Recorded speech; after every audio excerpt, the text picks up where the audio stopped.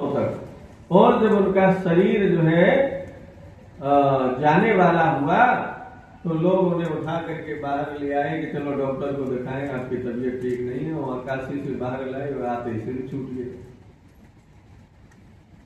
काशी से बाहर आते ही शरीर छूट गया। जो वास्तव में अपना कल्याण चाहते हैं, भगवत आश्रित जन है, तो उनके ऊपर भगवान कृपा करके उनको जो है मोक्ष देने के लिए उन्होंने ये अपना सदावर्त खोल रखा है। यहाँ आओ और मुक्त हो जाओगे। आपको पूरी विश्वास होना चाहिए अपने जो है धर्म ग्रंथों पर, शास्त्रों पर, कि जो कहा है संतों ने, ऋषि मुनियों ने, वेद शास्त्रों ने, वो परम सत्य है। उसमें झूठी बातें नहीं है कि वहां जाने से कल्याण हो जाता है, कि नहीं होता है। ये हमारे अंदर भ्रांति नहीं होनी चाहिए। होता है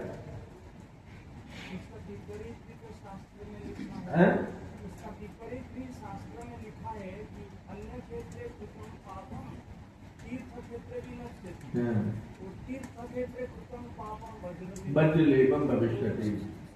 तो ये अब आप जैसे यहाँ पाप करते हैं तो तीर्थ में जाएंगे, अपने गांव में घर में रहते हैं, कोई पाप बन जाते हैं तो तीर्थ में जाने से धुल जाते हैं।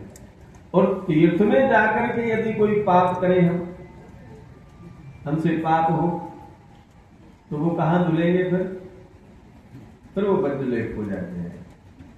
फिर उनका जो है भयंकर दंड पाना पड़ता है। और काशी में भी यम यातना पानी पड़ती है।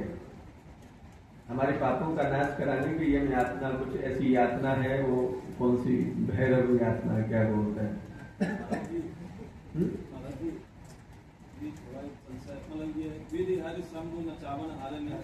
विधि को भगवान ब्रह्मा को माया नचा सकती है, शंभू को नचा सकती है, हरि को कहीं नचाया तो बैठ जाइए।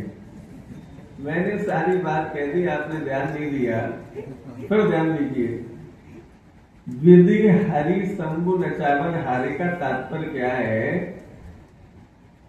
कि ये जो तीन देव हैं, ये तीन जो है भगवान के प्रतिनिधि हैं, जो भगवान की आज्ञा से, भगवान के संकल्प से, उनके संकेत से सृष्टि का संचालन, पालन और जो है निर्वाह जो है